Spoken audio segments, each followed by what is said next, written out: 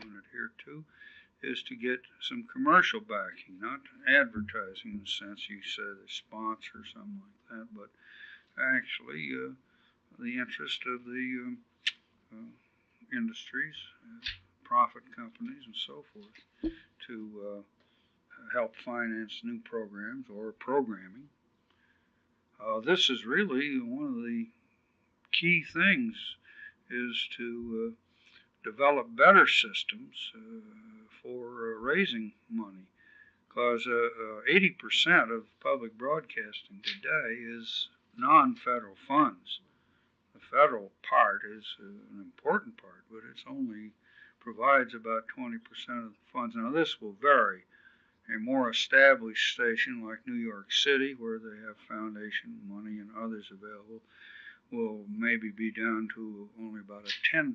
The St. Louis station tells me that they only rely on federal financing, including the network, for considerably less than 20%. I would suspect a newer station, I haven't got the figures for this station here, would probably rely a little more heavily.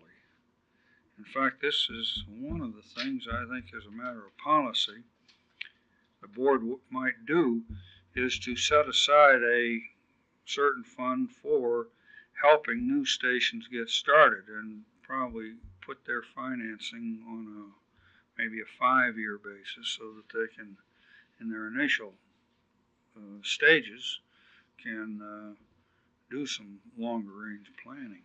Why did the president veto the last appropriation? I think it was $155 million for 2 years. Yes, it was went up to 65, I think, and then 90. Well, I don't know other than what's in his veto message. I actually wasn't on the board at the time the veto message was made. I had been asked to serve just about a week before, and I didn't even know the veto message was coming in. But essentially what he was saying was that he felt that the system was not, didn't have a sufficient base in the local stations. He wanted to have more input from the local stations and less at the federal level. And I think he obviously must have been referring to the 20% amount that the federal government was providing. And then he, I'm trying to remember the veto message, but it was a fairly long message. What it's resulted in, which I think has probably been a very healthy thing, is everyone reviewing the whole structure to see how this thing can be improved. I said at breakfast I was very pleased to see that in the president's budget, where he has been cutting back in many programs and eliminating some, that in public broadcasting, he for the first time has had a more than 1 year funding proposal. It's 2 years. It's a $45 million for this coming fiscal year, and then a $60 million for the next year, thereby indicating, I think, that the administration is really interested in seeing public television move forward.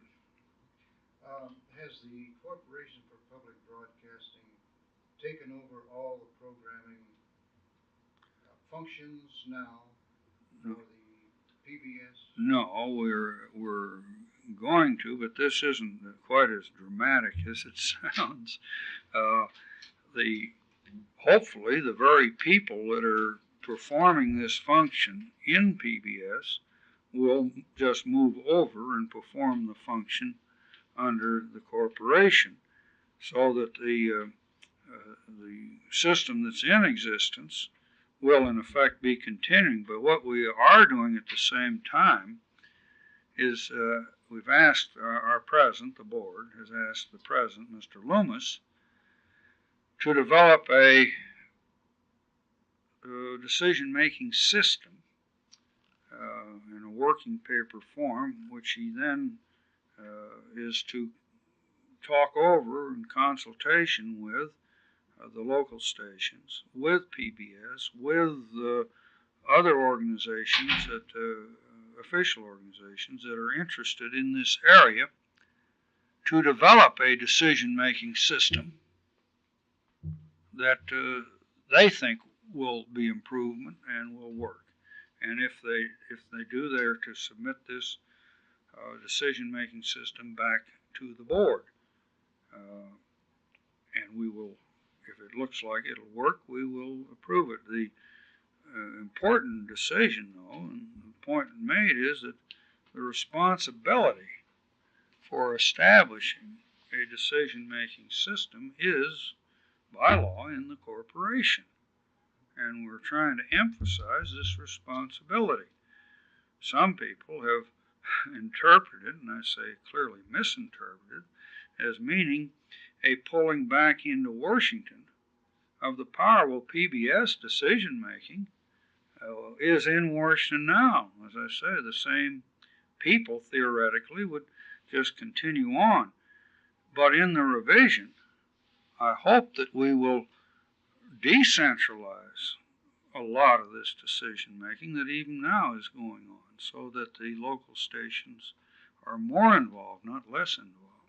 Well, so many of these, several of these I would say liberal-oriented programs, such as Bill Moyer's Journal, Washington Week in Review, Black Journal, Firing Line even, have been dropped. No, they have not. Or are being dropped? No, not necessarily. What has happened is that there has been a lot of criticism from the Congress and the President, or the White House, I should say, in regard to public affairs programs. And this, frankly, was probably involved in the veto.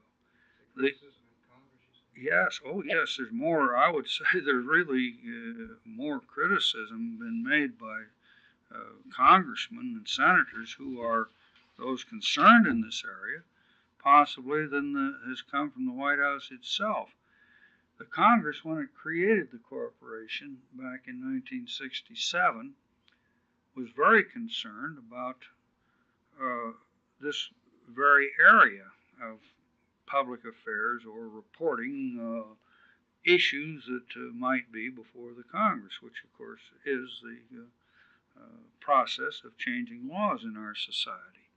They were concerned lest the federal government getting into broadcasting might at some time make a propaganda arm out of it. And they were anxious to see that this did not happen. That's one reason for creating an independent board, which is not responsive directly to the President or to the Congress either, but is independent. It's responsive to both, but in an organized way. So I think in order for that law to have passed, the provision had to be put in, or something like it, which says if there are controversial programs, they must have balance and fairness and balance, objectivity, fairness and balance. And this has been the question. Has there been, in the public affairs programs, has this criteria been met? Well, there has been no real decision-making systems established for reaching any determination. How do you define such difficult words? What has actually happened, though, is that one of the clearly public affairs programs, the Advocates, has been continued. Then, and this hasn't been the board, this has been the decision-making process below the board, said, well, let's hold up these public affairs programs and review them. And this is what they're doing. They're being held up, but you see, those programs go on, continue on until June. So we're talking about what happens to them after June. And they have deferred the decisions in these areas. And They might be dropped, but on the other hand, they might not at all.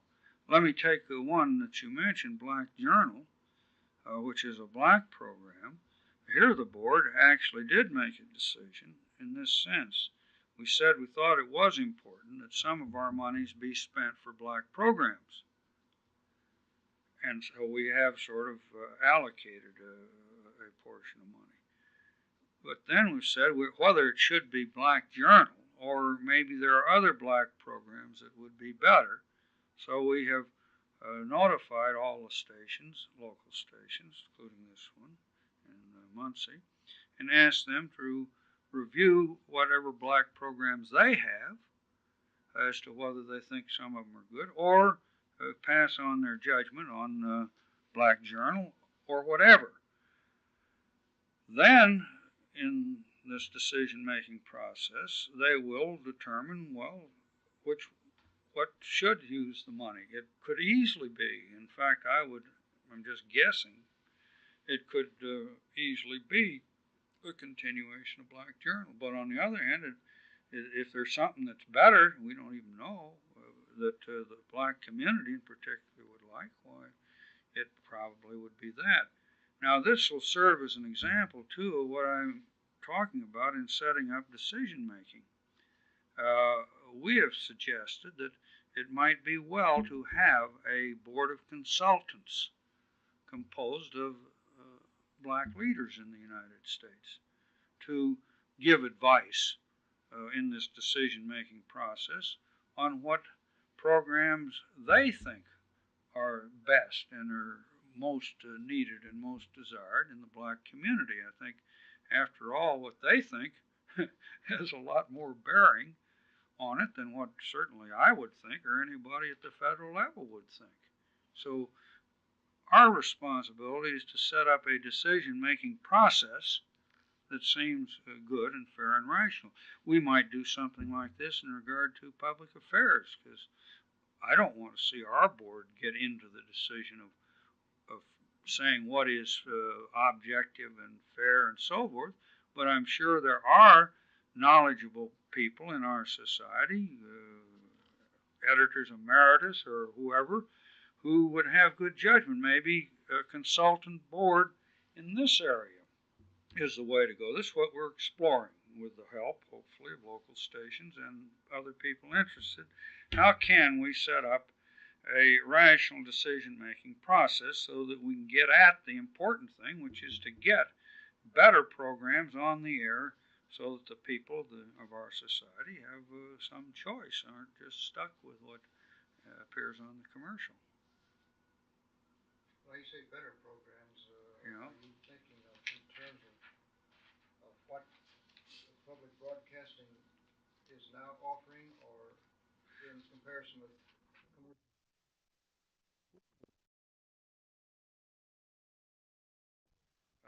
Another 5 million. So the same audience. This is why the library aspect of public television is so important, and that's in the law, by the way. And this is an area I don't think we've been doing a very good job.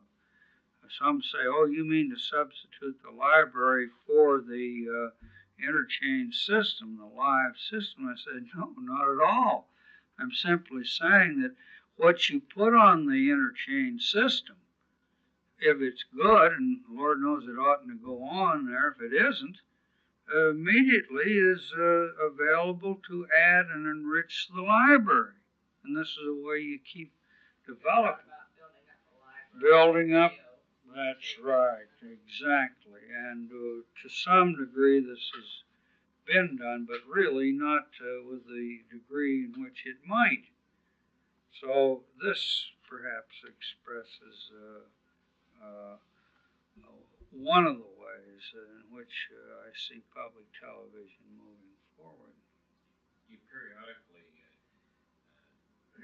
take measurements of the public's acceptance of public television? No, you're making a very good point, because this is what I think we should have, some systematic way. I'd like to do it through the local stations.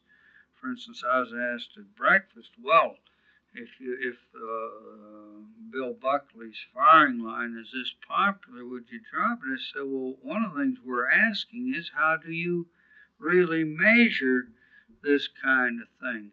I haven't been in Congress for many years. I have learned to evaluate, I think, letter writing campaigns and cranking up of these kind of really pressure campaigns. They're important to know that enough people are interested to do it, but and they signal you to look to see is there really this kind of popularity. But talking with the station managers who've been in this business some time, they tell me, some of them tell me 3 years ago, public affairs programs were not very popular with local management. All right, they've come in. All I'm saying is, yes, let's develop some kind of system so that we know what the public would like, but it's important also to know what they might like if they knew it was possible. For instance, who was doing anything for preschool children till Sesame Street came along? The commercials probably couldn't do this because they have to be appealing to an audience that will purchase goods and services. Well, 2 and 3-year-old kids don't do that.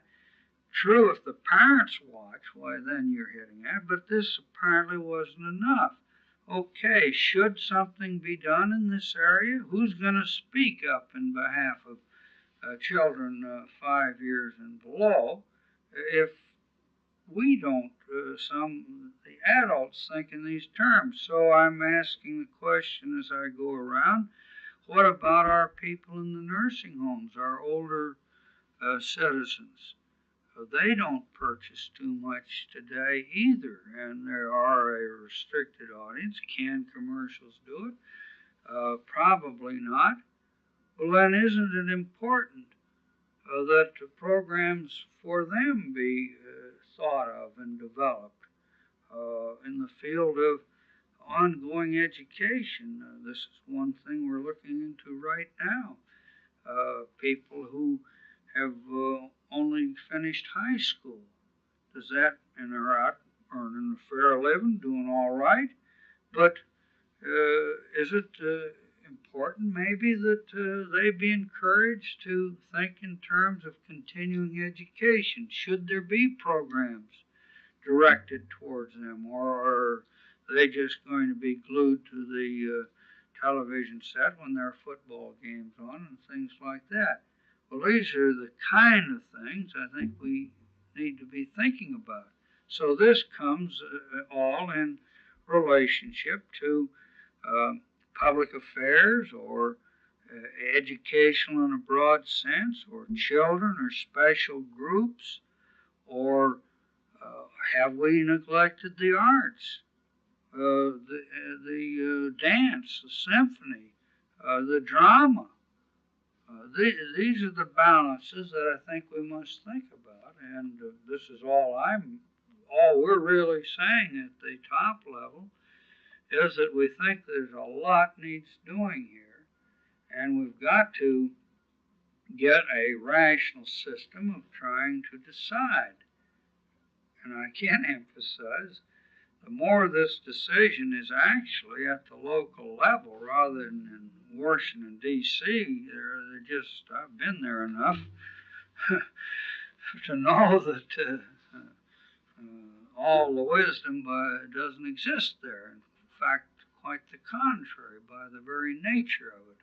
It is not going to be a good place to make these kind of decisions, so we want to decentralize it. But we are responsible for the process. That's the point. And if the process isn't working well, then we should move in and set it up so it'll work better. Did I understand you to say a while ago you were in Congress? For 18 years, yes. From what state? Missouri, 2nd District, St. Louis area. And in 1968, I didn't run for re-election, and I have been Vice President General Counsel of Encyclopedia Britannica and Encyclopedia Britannica Educational Corporation for the past 4 years. And this is my livelihood, aside from doing this and a few other things from time to time. You ever know Glenn White? What? You ever know Glenn White? Glenn White? No, I don't think so. He was managing associate editor, I guess, Ladies Home Journal, and when it appeared that the journal was going to collapse. CPB.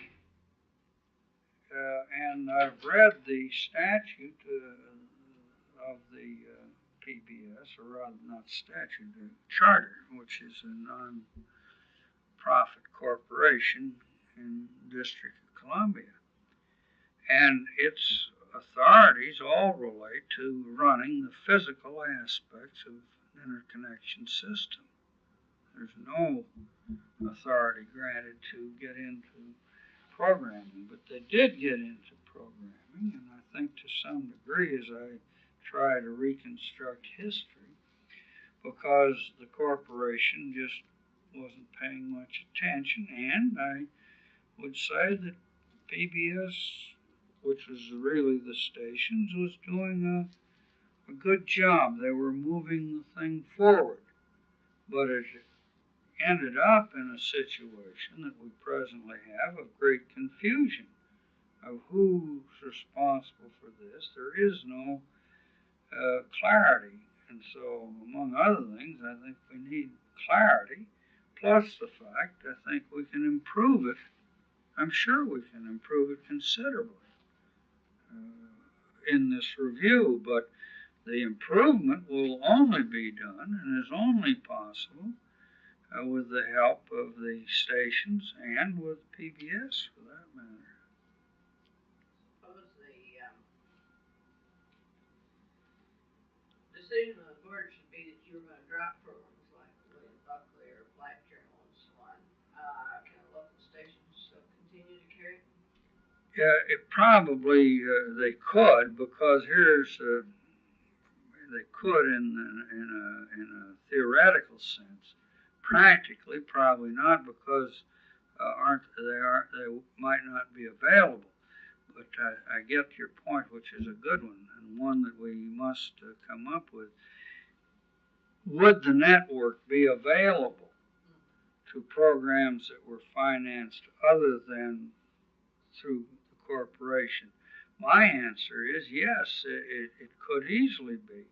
I do think, though, that anything like that would have to meet the statutory test of objectivity and balance. But well, we have to, because we would or set up the machinery for the decision. No, I again say I don't think the board is have that kind of expertise, but I do think that the board has hopefully the wisdom to set up a decision-making system where you do get the benefit of the best expertise. It'd probably be a group of consultants in conjunction with the board. But to answer again the question, yes, I would hope that all kinds of programs that are financed, however, be available on the interconnection. One of the things that will really give the local stations more autonomy than anything else is to have more variety and choice on the interconnection. As it is, there's, 3 or 4 hours a day, and they're, from economic reasons, have to take off maybe 95% of it.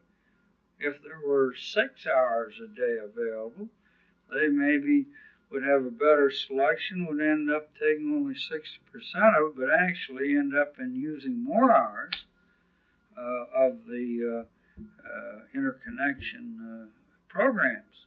So the board would say that Buckley's program didn't meet the standards of objectivity. Then it couldn't. Is there anything that says though that program couldn't be videotaped and that Oh, no, local station do that? look, the local stations on their 80% of their financing, their local programs is their own. We haven't got a darn thing to say about it. Furthermore, the In local. other words, they wouldn't be penalized. No, and furthermore, incidentally, the local stations have the sole right of whether they want to show it or not. If it's on the interconnection, that's a negative right. But what actually goes on the interconnection, yes, it would have to meet the standards set up by the statute unless we change the statute. So if it was found that Buckley's program were not objective and balanced, then it could not go on the interconnection because this is financed by federal money. The local station would not be He could penalized still. for getting, say, federal dollars if it went to a bid. No, it certainly wouldn't be. That's their business any more than we penalize or even look at what they do locally. That's their own. In fact, many of the stations are in news, are heavily in public affairs, and they do it locally, and I think this is great.